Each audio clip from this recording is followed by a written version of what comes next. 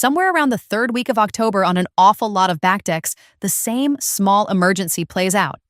The forecast finally uses the word frost, and there is one planter still sitting out on the boards that has to come in, or at least come down off the deck onto the ground where the cold will not crack it. That planter went out in May with almost no effort involved, carried through the sliding door the way you carry a laundry basket, set down in the corner with the good afternoon light, then forgotten for 5 months. By October, it has not gained a single part. Nobody bolted anything to it. All that happened was water, roots, and time, and it does not come up. Or it comes up 3 or 4 inches, and somewhere in the lower back a complaint gets filed that is still open at Thanksgiving. That is the whole cost. And from the outside, it looks like nothing. No ambulance, no story worth telling. Just a stretch of weeks where a person finds out how many ordinary movements route straight through the lower back. Pulling on socks. Reaching into the back seat for a grocery bag. Rolling over at 2 a.m. The garden goes on hold and then again in spring because the caution never entirely leaves. The part that gets missed is that the planter never lied. The tag said lightweight, and it was telling the honest truth about the only thing anybody had ever measured, which was that object empty on a warehouse floor. 2 numbers were involved that afternoon, and they were never the same measurement. Weight is only half of it anyway. The other half is shape, and shape is the half nobody shops for. Everybody already knows a big pot full of dirt is heavy. The real question is which container's shapes take an ordinary weight and quietly turn it into a dangerous one. Start with the arithmetic that nobody runs at the register because every one of the 10 containers coming up depends on it. A container has a volume, and that volume gets filled with growing media. Potting mix is mostly air by design, which is exactly why it works.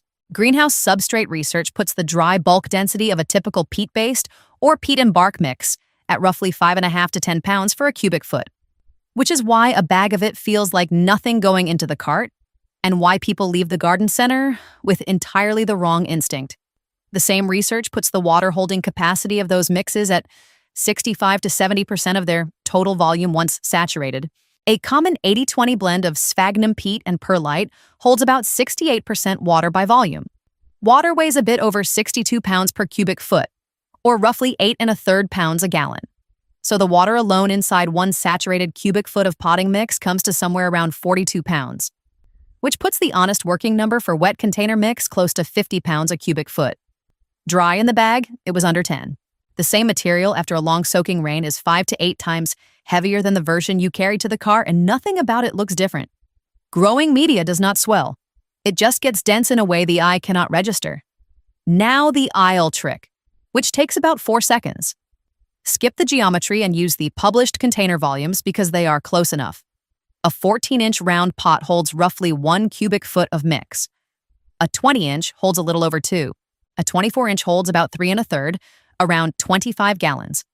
Multiply the cubic feet by 50, and that is the wet weight of what goes inside. Add the pot.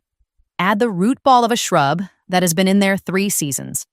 So the 24-inch resin planter that weighed 12 pounds on the display shelf is, by autumn, carrying somewhere near 165 pounds of saturated mix. At that point, you are moving a piece of furniture that happens to have a plant growing out of it. That is the first half of the ladder. The second half matters more because weight alone does not predict which containers hurt people. There is an occupational tool worth borrowing here, carefully. The National Institute for Occupational Safety and Health publishes a lifting equation used to evaluate manual handling in workplaces.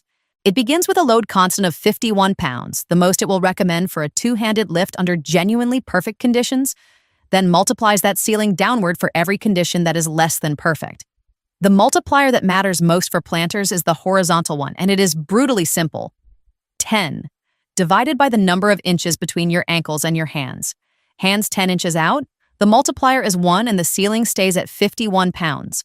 Hands 20 inches out, it is 1/2 and the ceiling falls to about 25. Hands 25 inches out and the equation quits on you, returning 0, which is its way of saying it will not recommend that lift at any weight whatsoever. 2 honest caveats before anybody treats that as gospel. It was built for workplaces, and that starting figure of 51 pounds is set to be safe for about 90% of working-age men and about 75% of working-age women. Worth sitting with, that gap, because the ceiling is already lower for a lot of the people this matters to. It was never calibrated for a 72-year-old on a damp deck with an old disc problem and one bad knee.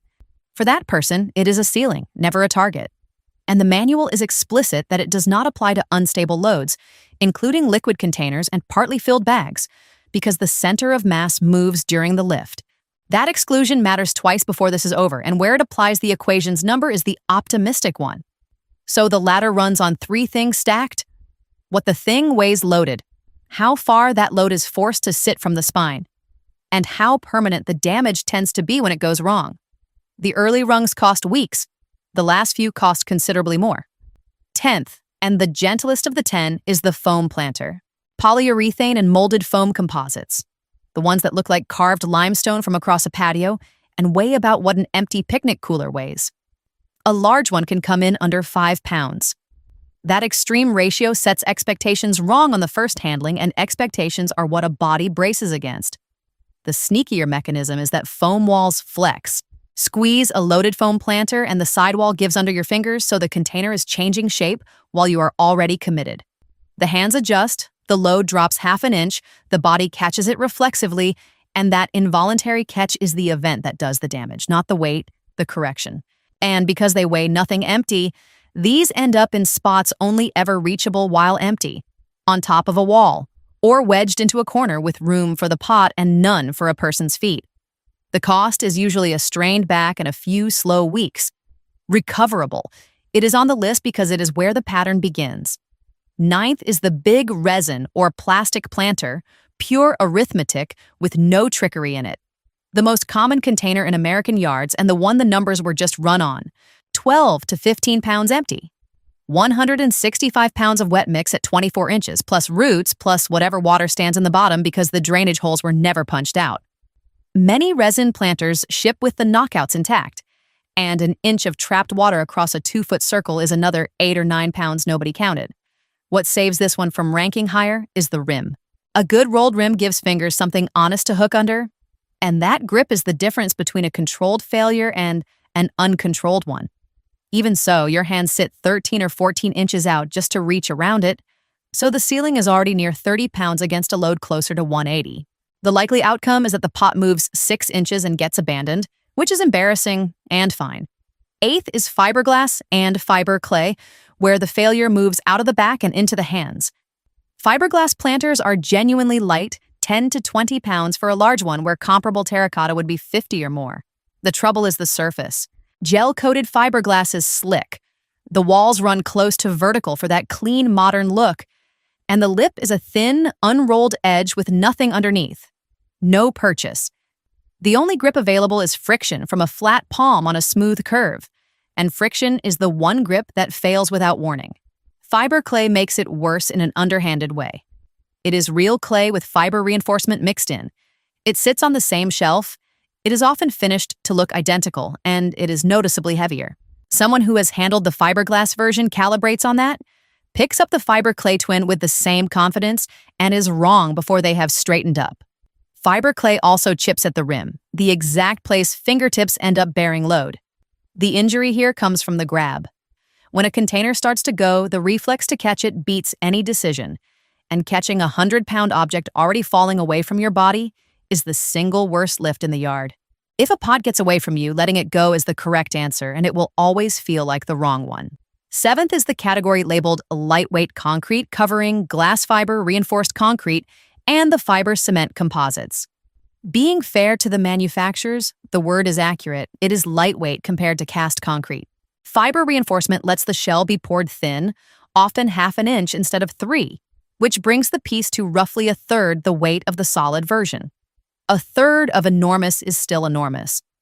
A large fiber cement planter can be 60 or 80 pounds before a scoop of soil goes in, and the word on the tag has quietly reset the buyer's expectations downward. The comparison is honest, and it still leaves the shopper with the wrong conclusion. Then comes the specific hazard of this rung, the 2-person lift. Once a container is obviously beyond one person, somebody gets recruited, and shared loads are not half loads. 2 people lifting a rigid object almost never straighten at the same rate. One stands first and briefly takes most of it. One lets go a beat early, one is taller. Whoever is on the low side absorbs an unplanned load in an unplanned posture with no way to see it coming. This is where consequences start involving an appointment rather than an ice pack, and the right move is nearly always a hand truck. Sixth is where mass stops being the story and geometry takes over, and it is the entry that surprises people most. Wide, shallow bowls, low patio planters. The broad, flat containers that look like the grown-up choice precisely because they hold so much less soil. They do hold less. A 24-inch bowl 9 inches deep carries maybe 1 3/4 cubic feet of mix. Call it 90 pounds wet, barely half of what the deep 24-inch pot was carrying. On weight alone, it is the better buy.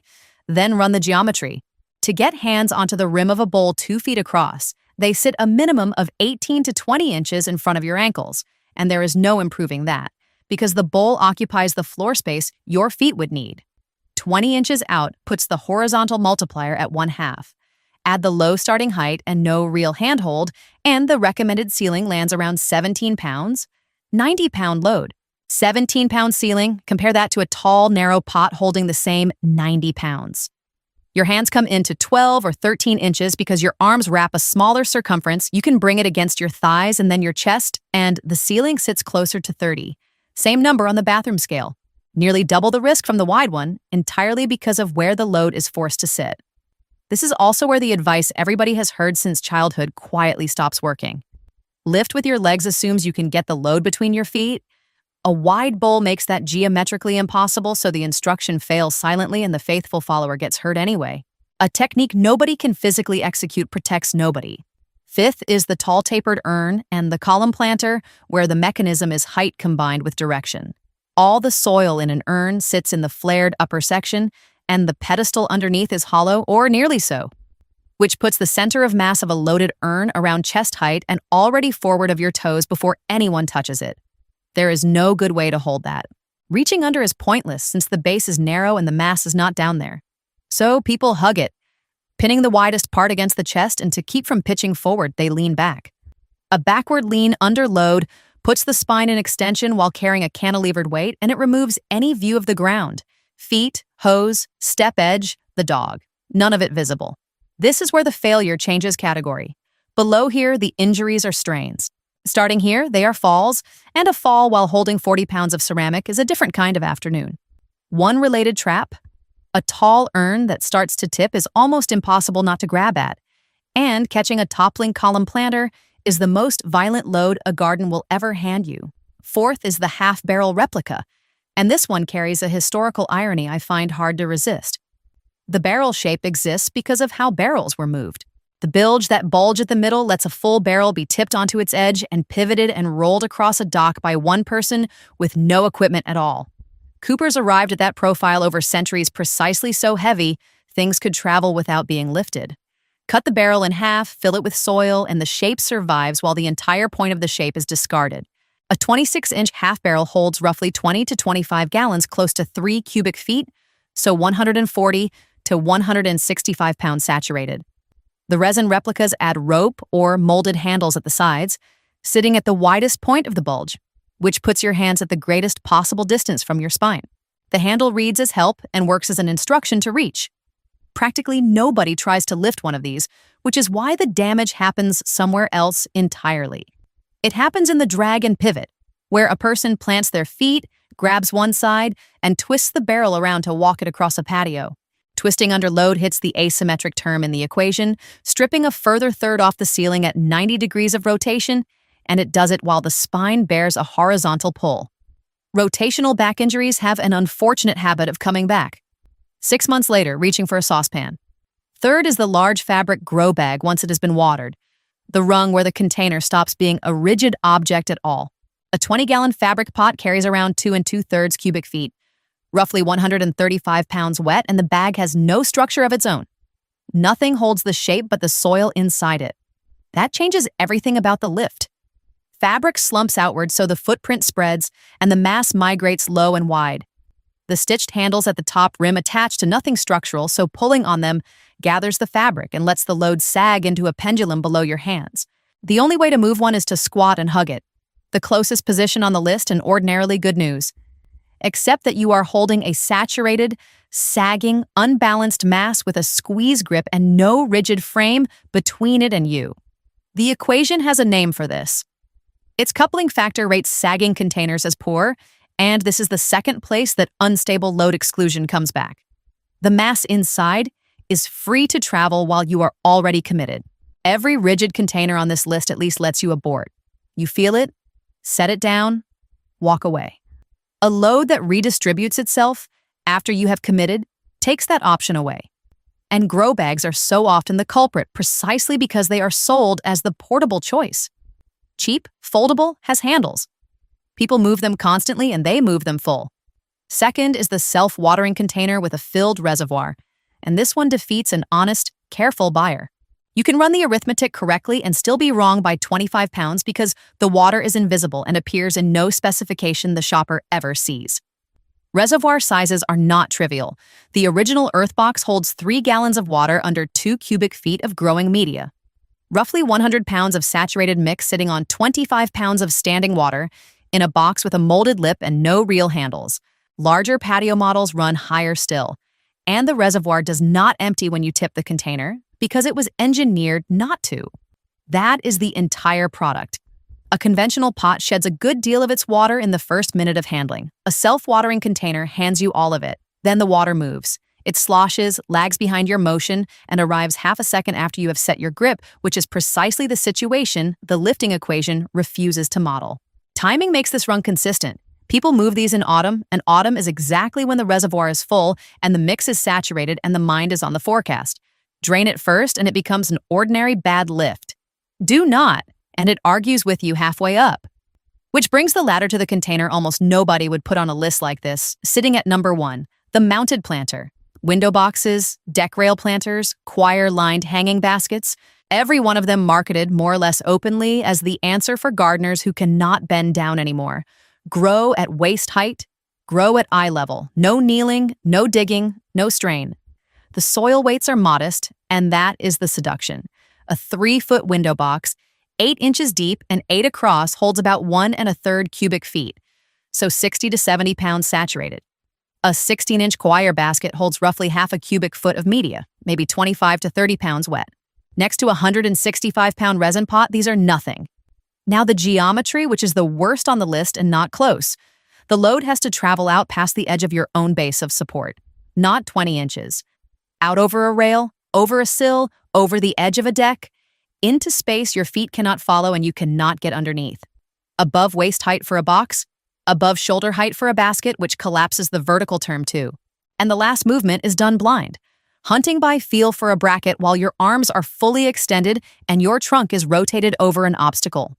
65 pounds in that position produces a recommended ceiling in the low teens, and the basket is often placed from a step stool designed on the assumption that nobody would shift their weight on it. Choir adds a cruel detail. Coconut fiber holds a great deal of water and releases it slowly, so a choir basket is heaviest in the hour or two after watering, which is exactly when people decide to reposition them. There is hardware here that nobody computes. Residential building code requires a deck guard to resist a 200-pound concentrated load at the top rail. That figure exists, so the rail survives an adult falling against it once, and it says nothing whatsoever about hanging 70 pounds of wet soil off the same rail for 6 months while weather works on the fasteners. And the moment of maximum exposure never gets planned for. Putting a window box up in May is deliberate. In good weather, with dry mix and time to spare. Taking it down in November happens in a hurry, in the wet, with soil at its heaviest, usually because a storm is coming. The consequence at this rung is not a sore back. It is going over the rail or off the stool, and that is the kind of thing a single afternoon can make permanent. 10 containers, 10 different ways to come apart, and underneath all of them, one shared cause that is not a conspiracy and not bad faith. Every shape on that list was optimized honestly for something real. Wide and shallow photographs beautifully and dries the surface between waterings. Flared and tapered nests inside itself in a shipping container, which is most of why it exists. Foam and fiberglass cut freight cost, the largest cost in the planter business. Fabric folds flat. Mounted boxes solve a real access problem, and reservoirs solve a real watering problem in July. None of those optimizations had a human spine in the specification, and each of them, as a side effect, pushes the hands further from the body. Wide pushes them out. Flared pushes them out. Rimless removes the grip that would let them come in. Mounted puts the load where your feet cannot go. The industry measures the object it ships, the only object it can measure, and the gardener eventually handles a different object, sharing nothing with it but a shape and a price tag. Which points at the fix. And the fix has almost nothing to do with lifting. The most useful distinction here is between moving a container and lifting one. Lifting means the load leaves the ground and your body is the only thing holding it. Moving means the load stays supported and something else does the work. Nearly every problem above disappears the moment the second option exists. And it has to be built in before the pot is filled, because afterwards it is too late. So casters or a wheeled plant dolly under anything above about 14 inches across, installed the day it is bought, while it still weighs 12 pounds. A rigid nursery liner inside a decorative pot, so seasonal changes mean lifting a light liner out of a heavy pot that never moves. A furniture slider or a folded moving blanket underneath, which lets one person push 180 pounds across a deck without lifting anything. Draining a reservoir first. Waiting 3 or 4 dry days, since letting saturated mix dry down can cut 40 pounds out of a large pot for free. And the honest one. Decide at purchase that some containers are permanent. Choose the spot, fill it there, accept that it stays. A large planter that never moves is the same planter, minus the October emergency. If it needs winter shelter, the shelter comes to it as mulch, bubble wrap, or a cover rather than the pot traveling to the shelter. One last thing, because half a rule is worse than none. Nothing here is a technique for lifting heavy planters safely, and that omission is deliberate. Anybody with back trouble, a heart condition, recent surgery, or a balance issue should be getting their limits from the person who treats them, not from a video. The only advice here that carries no risk of being followed halfway is to arrange things so the lift never has to happen. Back to that deck in October, because the planter out there means something different now. The weight was never really the problem. 160 pounds was always going to be 160 pounds and nobody was ever going to carry it. The container's shape decided the outcome months before anyone touched it. It was chosen in a store where the only visible fact about it was that one hand could lift it, and every property that would eventually matter. The width, the rim, the missing handhold, the flat bottom that could not take a caster, was invisible then and permanent afterward. That is what changes when loaded weight gets estimated at the register instead of discovered in the 3rd week of October. 2 or 3 seasons out, the difference will not look like avoided injuries because avoided injuries are invisible. It will look like a deck where every large container has wheels under it, where the tall urn holds something that stays put, where the window boxes came down for good and got replaced by something at knee height that can be worked from a seat. It will look like a garden that got bigger as its owner got older, which is not the direction most gardens go, and which happens through small decisions made in the aisle rather than heroic ones in the yard. The gardeners still going in their 80s are rarely the strongest ones. They are the ones who quietly stopped picking things up somewhere around 65 and got very good at rolling them instead. If this rearranged how you look at the pots already sitting in your yard, genuinely helps this sort of thing reach the people it was written for. And subscribing means more of it turns up. And one question is worth answering in the comments. Which container in your garden have you quietly stopped moving? The one you walk around now, or plant in place, or just leave where it is and pretend that was the plan all along?